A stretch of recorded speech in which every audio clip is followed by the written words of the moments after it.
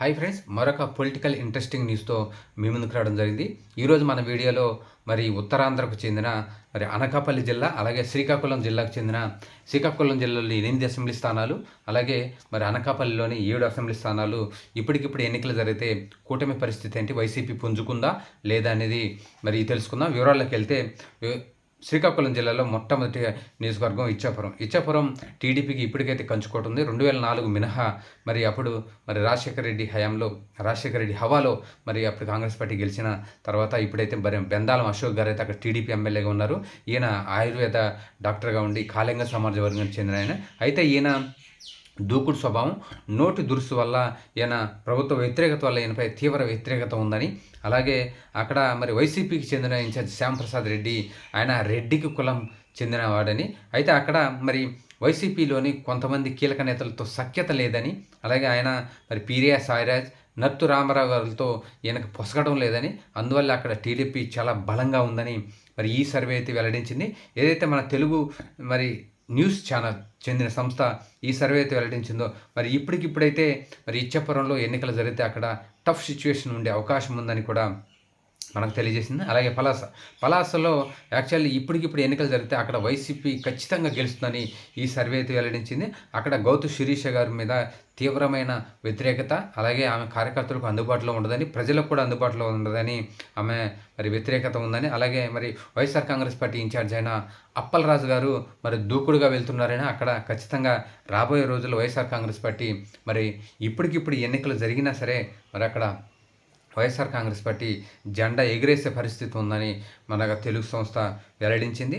మొత్తానికి మూడవ నియోజకవర్గం చూస్తే టెక్కల్లో మరి కింజరాపు అచ్చెన్నాయుడు గారు, మీకు తెలిసింది, అది కూడా టీడీపీకి కంచుకోట.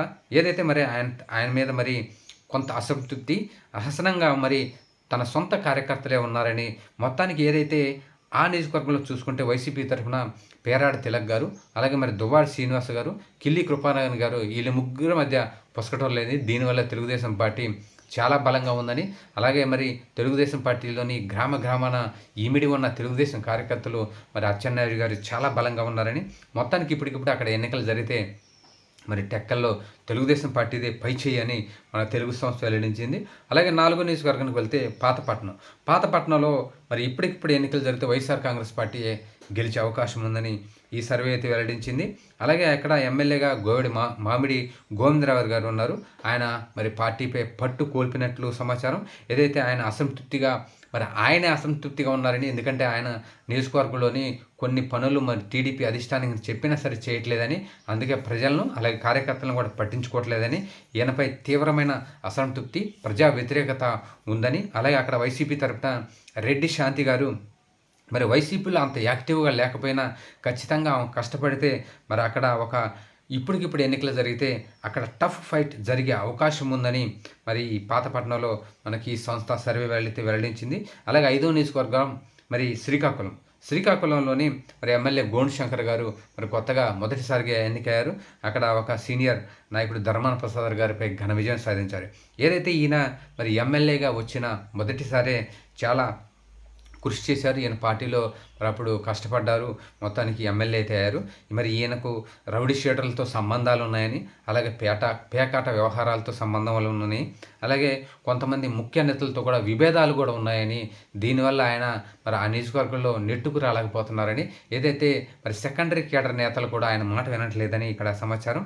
ఏదైతే మరి వైఎస్ఆర్ కాంగ్రెస్ పార్టీ తరఫున ఇన్ఛార్జిగా ఉన్న వైసీపీ ధర్మాన ప్రసాద్ గారు ఒకవేళ ఈయన మరి వచ్చే ఎన్నికల్లో మరి ఈ సీట్ నుంచి పోటీ చేయవచ్చని, ఆయన వారసులు పోటీ చేయవచ్చని మరి చెప్తున్నారు. మొత్తానికి అక్కడ మరి ఇప్పటికిప్పుడు ఎన్నికలు జరిగితే వైఎస్ఆర్ కాంగ్రెస్ పార్టీకి అనుకూలంగా ఉందని, ఖచ్చితంగా ఈయనపై వ్యతిరేకత మరి వైఎస్ఆర్ కాంగ్రెస్ పార్టీకి కలిసి వచ్చే అవకాశం ఉందని మరి ఈ సంస్థ సర్వే వెల్లడించింది. మరొక నియోజకవర్గం ఆముదాల వలస చూస్తే ఎమ్మెల్యే కోన రవికుమార్ గారు అక్కడ ఉన్నారు. ఏదైతే ఈయన చాలా వివాదాలు అయితే ఎదుర్కొంటున్నారు. నోటు దురుస్తనం ఆయనకే, అలాగే కొంత అవినీతి, అలాగే ప్రజా వ్యతిరేకత, కొన్ని పథకాలు అమలు చేపట్టడం మరి ఈయనపై తీవ్ర వ్యతిరేకతను మరి అక్కడ ప్రదర్శిస్తుందని, అలాగైతే వైఎస్ఆర్ కాంగ్రెస్ పార్టీలో ఉన్న మరి 2 వర్గాలు, ఏదైతే ఇప్పుడు ఇన్ఛార్జిగా ఉన్న చింతాట రవికుమార్ గారు మరి ఏదైతే మన మాజీ డిప్యూటీ స్పీకర్ ఆయనతో కూడా మరి పొసగటం లేదని, ఖచ్చితంగా అక్కడ మరి ఈ ఇద్దరి మధ్య ఉండటం వల్లే టీడీపీది పైచేయిగా ఉందని, మొత్తానికి ఇప్పటికిప్పుడు ఎన్నికలు జరిగితే అక్కడ మరి టఫ్ సిచ్యువేషన్ ఉండే అవకాశం ఉందని కూడా ఈ సంస్థ వెల్లడించింది. ఏదైతే హెచ్చర్లలో మరి ఎన్ ఈశ్వరరావు గారు ఎమ్మెల్యేగా ఉన్నారు, బీజేపీ ఎమ్మెల్యే. ఆయన వ్యవహార శైలి మిత్రపక్షాలతో కలిసి వెళ్ళడం లేదని, అలాగే మరి ఆయన తీరు వేరే విధంగా ఉందని, ఈయన మరి వచ్చే ఎన్నికల్లో అవసరమైతే టీడీపీలో చేరే అవకాశం ఉందని, మొన్నటి ఎన్నికల్లోనే ఈయన టీడీపీ నుంచి బీజేపీలో చేరి మరి బీజేపీ నుంచి టికెట్ తెచ్చుకోవడం జరిగింది. మొత్తానికి అక్కడ మరి ఈయనపై తీవ్రమైన వ్యతిరేకత ఉందని, అలాగే మరి వైసీపీకి చెందిన గొర్రెల కుమార్, ఇప్పుడు ఇన్ఛార్జిగా గొర్రెల కిరణ్ కుమార్ గారు ఉన్నారా, అక్కడ వైసీపీ శ్రేణులను చాలా దూరంగా పెడతారు. ఈయన ఎమ్మెల్యేగా ఉన్న సమయంలో వైసీపీ శ్రేణులను సొంత ఎమ్మెల్యే వేధించారనే ఆరోపణలు కూడా ఉన్నాయి.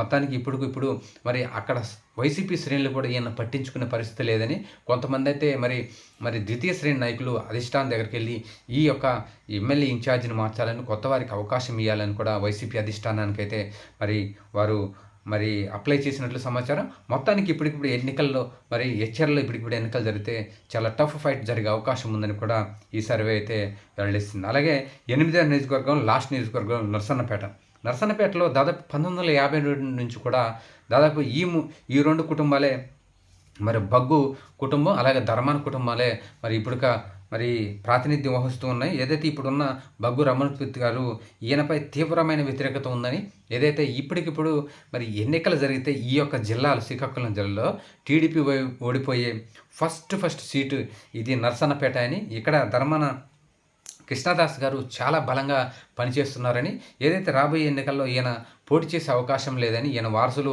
రంగంలోకి దిగే అవకాశం ఉందని కూడా ఈ సంస్థ వెల్లడించింది.